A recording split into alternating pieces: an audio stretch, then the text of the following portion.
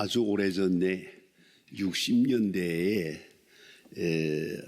영락교회 한경직 목사님께서 에티오피아의 국왕의 초청을 받아서 에티오피아라고 하는 나라를 방문했던 일이 있습니다. 그건 대단히 중요합니다. 왜냐하면 에티오피아는 그 사도행전에 나타나는 대로 에티오피아의 내시, 국왕의 내시가 예루살렘에 왔다가 돌아가다가 빌립을 만납니다. 그리고 빌립을 만나서 예수를 믿게 되고 그리고 당장 세례를 받고 돌아갑니다.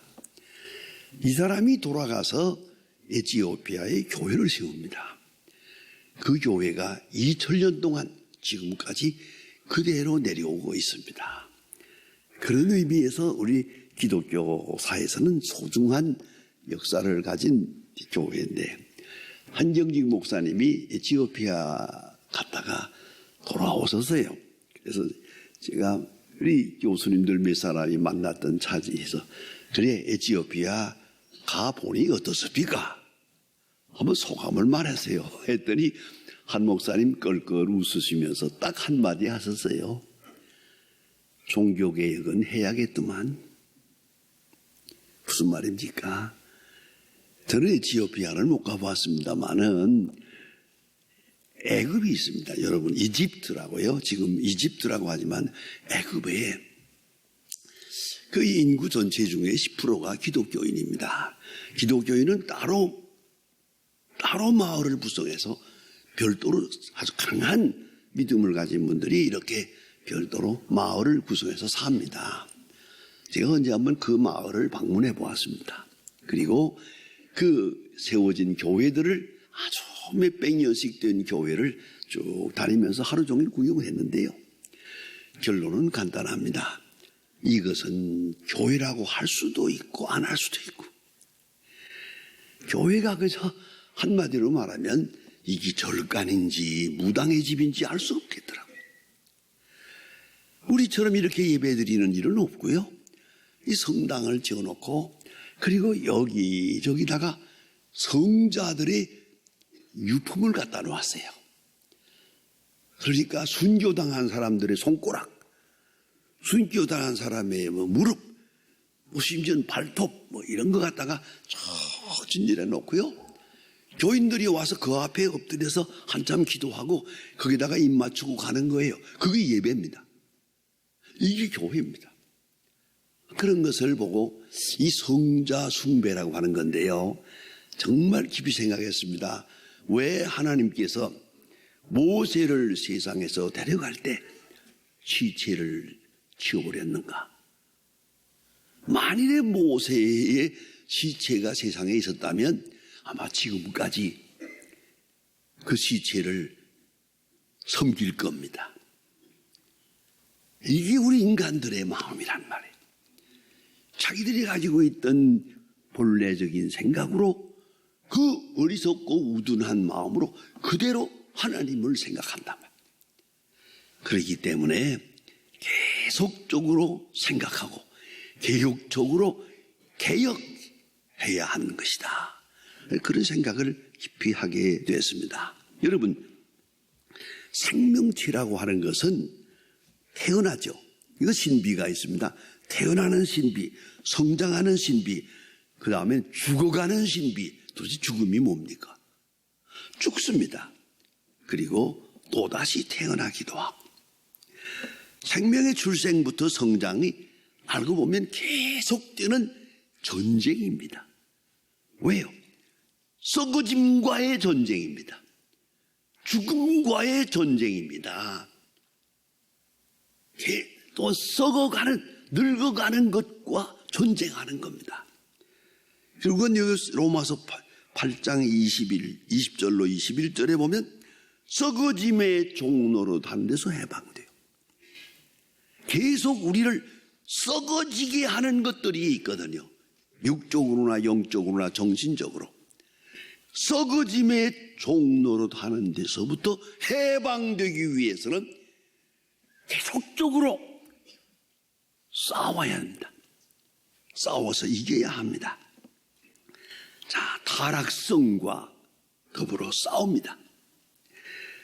죄를 짓는 자마다 죄의 종입니다. 옛날에 지은 죄에 대한 가책, 옛날에 죄에 대한 심판의식, 죄와 더불어 싸울 뿐만 아니라 그 죄의 권세와 더불어 계속 싸워가야 하는 것입니다. 그런데 가장 무서운 것은 문화적인 짐승입니다. 이것은 나도 모르게 점점 타락하고 나도 모르게 잘못되고, 여러분 한번 생각해 보세요. 나도 모르게 죄를 지어요. 그 다음에는 나도 모르게 죄를 계속해요. 이건 잘못된 것인데도 계속해요. 그 다음에는 어느 사이에 합리화해버려요. 합리화하는 중 우리가 제일 많이 쓰는 말이 뭔지 압니까? 마음에는 원이로되 육신이 약해서. 그러죠. 다시 한번 회개해 보세요. 마음이 원했습니까? 이렇게 스스로 자기의 허물을 합리화하는 버릇이 있어요. 그 다음에는 또 누가 이것을 지적하던가 하면은 또 변명을 해요. 그럴 수밖에 없었느라. 그 다음엔 내 책임 아니고 내 책임이다. 사회의 책임이다. 책임을 남에게 전가하는 그런 못된 버릇이 있단 말이에요. 그런 죄악성이 우리에게 있어요. 그런 거로 계속적으로 원점으로 돌아가서 내가 처음 예수를 믿고 처음 회개할 때, 처음 세례받을 때, 그때 믿음으로 다시 돌아가서 계속적으로 개혁을 해야 합니다. 내 신앙을 개혁해야 됩니다. 내 신앙 생활을 개혁해야 됩니다. 내 생활 양식을 개혁해야 된다. 그걸 잊지 말아야 합니다. 그래서 여기 새로움이라는 말은 형용사가 아닙니다. 이건 동사라는 것을 잊지 말아야 합니다. 그러니까 개혁이라는 것은 원점으로 돌아간다. 본래성으로 돌아간다.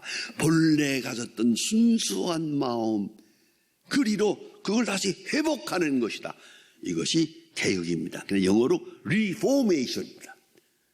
다시 원점으로 돌아간다. 그런데 그럴 때에 생각할 수 있는 생각의 기준이 어디에 있느냐, 이겁니다.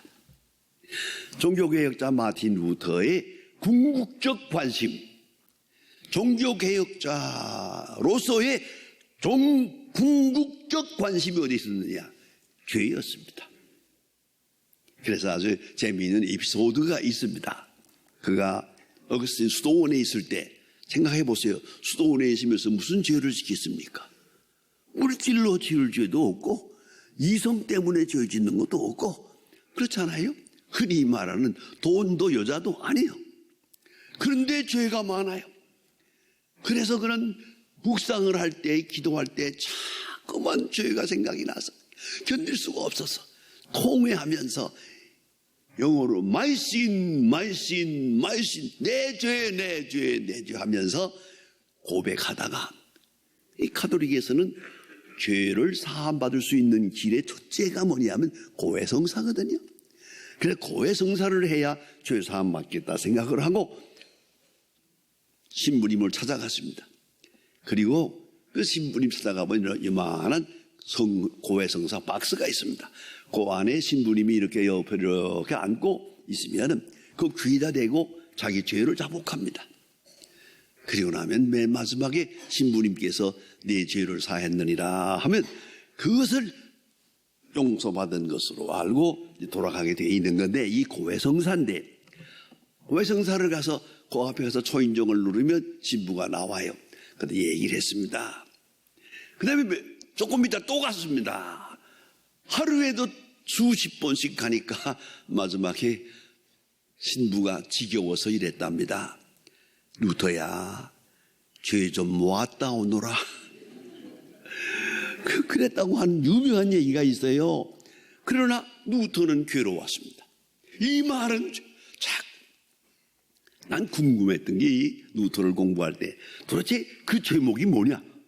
도대체 무슨 죄를 그렇게, 아니 돈도 아니고 여자도 아니고 세상도 아니고 왜 그러니까 말씀을 의심한 죄,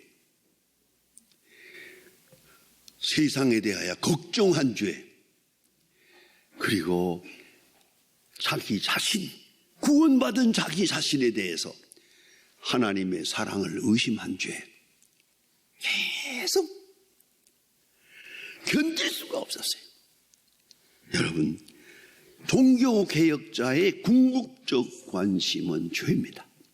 특별히 우리가 꼭 생각할 것은 종교개혁자는 사회 문제, 교육 문제, 인권 문제, 세계 문제, 정치 문제 없습니다. 전혀 관심이 없습니다. 관심의 핵심은 마이신, 죄입니다. 세상은 그렇지 않습니까? 요새 세상이 이렇게 어지럽죠. 정치, 경제, 문화가 그게 죄 때문이라고 생각해 보셨습니까? 그들의 속에 있는 깊은 죄악 때문에 세상이 시끄러운 거예요. 또 죄악 때문에 많은 거예요. 죄악 때문에 병드는 거예요. 모든 것의 근본은 죄다.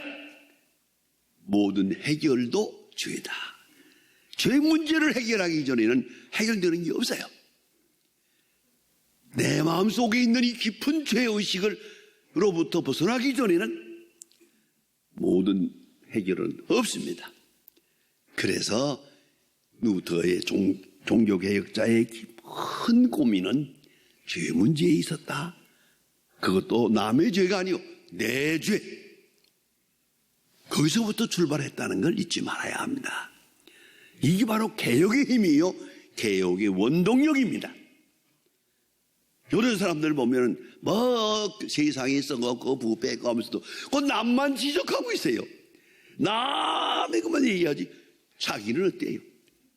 요새도 보니까 남의 세상이 어떻고 하다가 보니까 자기가 먼저 잘못됐더라고요. 보니까 내 죄는 생각하지 않고 남의 죄만, 여기에는 힘이 없습니다. 그야말로 그냥 초라하고 마지막에 비참해지는 겁니다. 아니옵시다. 내 죄부터 먼저 해결하고야 모든 문제의 해결이 있다는 걸 잊지 말아야 합니다. 그런데 당시의 카톨릭, 지금도 그렇습니다만 카톨릭에서의 죄 사함받을 수 있는 길 세 가지를 말합니다. 하나는 고백입니다. 깊이 회개하고 신부님에 나가서 고해성사하고 죄를 고백하는 겁니다. 계속 고백해서 거기서 해결을 봐야 되고, 두 번째는 선행입니다. 선행을 많이 해서 죄악보다 선행이 더 많아야 됩니다. 그래서 죄 지은 것이 있지만은 선행을 많이 하면 이 상사되고 갚아지는 것이다. 그래서 선행을 강조했습니다. 그 선행 중에 가장 큰 것이 교회 봉사입니다. 또 교회를 위해서 헌금하는 겁니다. 이렇게 해서 많은 헌금을 하고 선행을 강조했습니다. 이게 마지막에 극단적으로 나가서는 이게 표현이 잘못됩니다. 그게 바로 면죄부라고 하는 겁니다. 이만큼의 죄를, 돈을 냈으면 이만한 죄는 사함받는다 이겁니다. 여기까지 갔다가 결국은 루터가 종교개혁을 하게 되는 계기가 됩니다. 그 다음에 세 번째는 고행입니다. 이건 아무나 하는 게 아닙니다. 모든 것을 버리고 사막에 나가서 어떤 데 수도원에 가서 고행을 하는, 일부러 고행을 하는 겁니다. 먹는 것도 덜 먹고 잔 것도 덜 자고 자기 육체를 괴롭히면서 고행을 합니다. 이 고행이 공로가 된다고 생각합니다. 그래서 수도사들이 수도를 많이 하고 있으면 이분들은 높은 영적인 수준에 있고, 이 세상에 사는 사람들은 낮은 수준에 있다. 그래서 이 고행을 많이 한 수도사가 저기 낮은 사람들을 위해서 대신 기도를 해줘야 그 사람들이 구원받을 수 있다. 여기까지 나가니까 성직자의 위치가 높아지고 영적으로 권세가 큽니다. 아무튼 이렇게 해서 죄사함 받는다고 당시 지금도 카톨릭에서 이렇게 주장을 했죠. 그런데 루터가 다 해보았거든요. 다 해보았어요. 그런데 여전히 죄로부터 자유하지 못합니다. 그래서 그는 마침내 성경으로 돌아가서 의인은 오직 믿음으로 말미암아 살리라. 오직 믿음으로 구원 얻는 것이지 선행이나 고행에 있는 것이 아니라 라는 것을 주장합니다. 이 종교개혁의 시작입니다. 그래서 오늘 성경 말씀은 분명히 말합니다. 은사로 주시는 은혜의 승리를 말합니다. 은사라고. 성경에는 은혜란 말이 있고 은사란 말이 있습니다. 은혜는 카리스고 은사는 카리스마입니다. 아주 중요한 신학적 의미가 있습니다. 왜냐하면 은혜라는 것은 추상적이고 은사는 구체적입니다. 은혜는 깨닫는 것이 은혜요. 우리의 마음에 큰 감격을 가지게 되는 것이 은혜요. 기쁨을 가는 것이 은혜요. 그러나 은사는 경험케 하시는 겁니다. 꼼짝 못하고 하나님 앞에 순종하도록 강권적으로 역사하는 사건입니다. 구체적인 은혜가 바로 은사입니다. 여러분, 개별적으로도 가만히 생각해 보세요. 깊은 경험을 가진 사람에게만 있는 얘기입니다. 이 사람이 갑자기 병들었습니다. 그러나 모든 사람은 이걸 불행이라고 하겠죠. 은혜 받은 사람, 이걸 은사로 받아들입니다. 하나님이 내게 손을 펴사 내가 더 깊은 곳에 빠지지 않도록, 내 영혼이 망하지 않도록 내 육체를 쳐서 나를 구원했다. 이거는 은사입니다. 이건 개별적으로 주어지는 겁니다. 효과적으로 주어지는 겁니다. 그런 거로 사도 바울은 말합니다. 오직 은사로 구원받은 것이다. 하나님의 뜻에 의해서 나를 강하게 은혜로 은사로 인도하사 하나님의 자녀 되게 하셨다. 그 증거가 아들을 주심이요. 예수께서 십자가를 돌아가십니다. 또 아들과 함께 모든 것을 주었다. 십자가를 쳐다보고 예수님을 생각하고 나면 은혜 아닌 것이 없어요. 나는 은혜 받은 사람으로 사는 거예요. 믿지 않은 사람들이 받는 고통은 심판입니다. 그러나 사랑하는 자녀에게 주시는 징계는 이거는 은사입니다. 우리 예수 믿는 사람들이 당하는 어려움이 좀씩 있지만 이거는 은혜의 선물이라는 걸 잊지 말고 그 선물 속에 있는 깊은 사랑을 깊이 체험해야 할 것입니다. 그래서 모든 것을 은사로 주지 않겠느냐. 하나님의 은혜는 주도적 은혜입니다. 이니시에이티브가 거기에 있습니다. 그런가 하면 오늘도 우리와 함께 하십니다. 그 은사로 나를 인도하고 있습니다. 그래서 나로 하여금 신분을 바꿔놓았습니다. 그게 바로 의롭다 하시는 것입니다. 의롭다 하심, justification, 디카이오스 은혜, 의로 주시고 의롭다 하시는, 그래서 다른 말로 바꾸면 하나님의 자녀됨을 확증해 주시는 겁니다. 이제는 다른 조건이 없습니다. 사랑으로 하나님의 자녀됨을 확증해 주시는 하나님의 행동입니다. 이것이 바로 진노적 사랑입니다. 루터가 종교개혁을 하면서 늘 강조한 말이 이겁니다. 하나님의 사랑, 감상이 아니다. 구체적이다. 그 진노 속에 하나님의 사랑이 계시되어 있다. 계속 강조합니다. 그래서 의롭다 하시고, 아니 의롭게 만들어 가시고 성화의 역사를 완성하신다는 것이죠. 그리고 나서 사랑의 승리를 말합니다. 여러분, 오늘 본 말씀 가운데 너무 귀한 말씀이 있지 않습니까? 그 아들과 함께 모든 것을 우리에게 은사로 주시 아니하시겠느냐.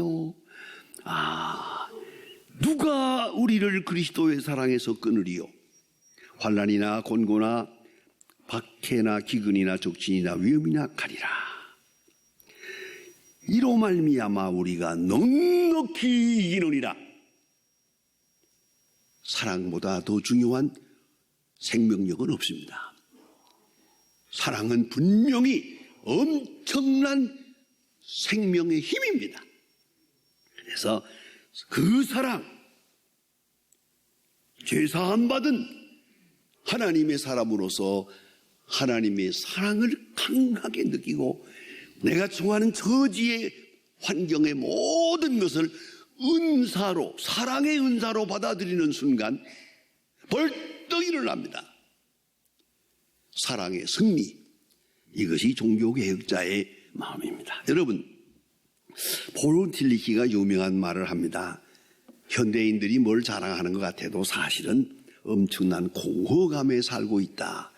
얼마나 일을 한다고 했지만 마지막에 뒤에 생각해 보니까 별거 아니더라. 그런가 하면 죄책감이에요. 죄책감에서 헤어나지 못한다. 이래서 잠을 못 자고, 이래서 마음이 평안이 없어요. 이래서 보는 것도 듣는 것도 다 불행합니다. 그러면 이 공포와 저주에서 벗어나는 길은 오직 십자가의 은혜, 그 은혜와 그 은사 안에 있는 사랑의 계시를 내가 깨닫게 되고 느끼게 되고 감지하게 될 때, 하나님은 사랑이다. 하나님은 나만을 사랑하고 계시다. 내 현실 속에 하나님의 사랑은 구체적으로 은사로 나타나고 있다 하는 것을 깨닫게 됩니다. 그래서 그 믿음을 새롭게 합니다. 여러분, 종교개혁주의를 당해서 우리 생각할 것이 있습니다. 세상 문제, 사회 문제, 세계 문제, 경제 문제, 복잡한 거 잠깐 내려놓으시고 나와 하나님과의 관계를 정립해야 됩니다. 그것은 죄의 문제예요. 이 죄의 문제를 벗어나게 될 때 사랑의 문제입니다. 하나님이 이처럼 세상을 사랑하시고 하나님이 이처럼 나를 사랑하고 계시다는 그것의 확증을 얻을 때 그로부터 얻는 불같은 생명력, 그것이 바로 개혁적 신앙입니다. 계속적으로 마음을 새롭게 하고 내 믿음을 새롭게 하고 그리고 하나님 앞에 바른 모습으로 설 때 그의 용기가 있고 지혜가 있고 능력이 있는 것입니다. 참된 행복도 함께하는 것입니다.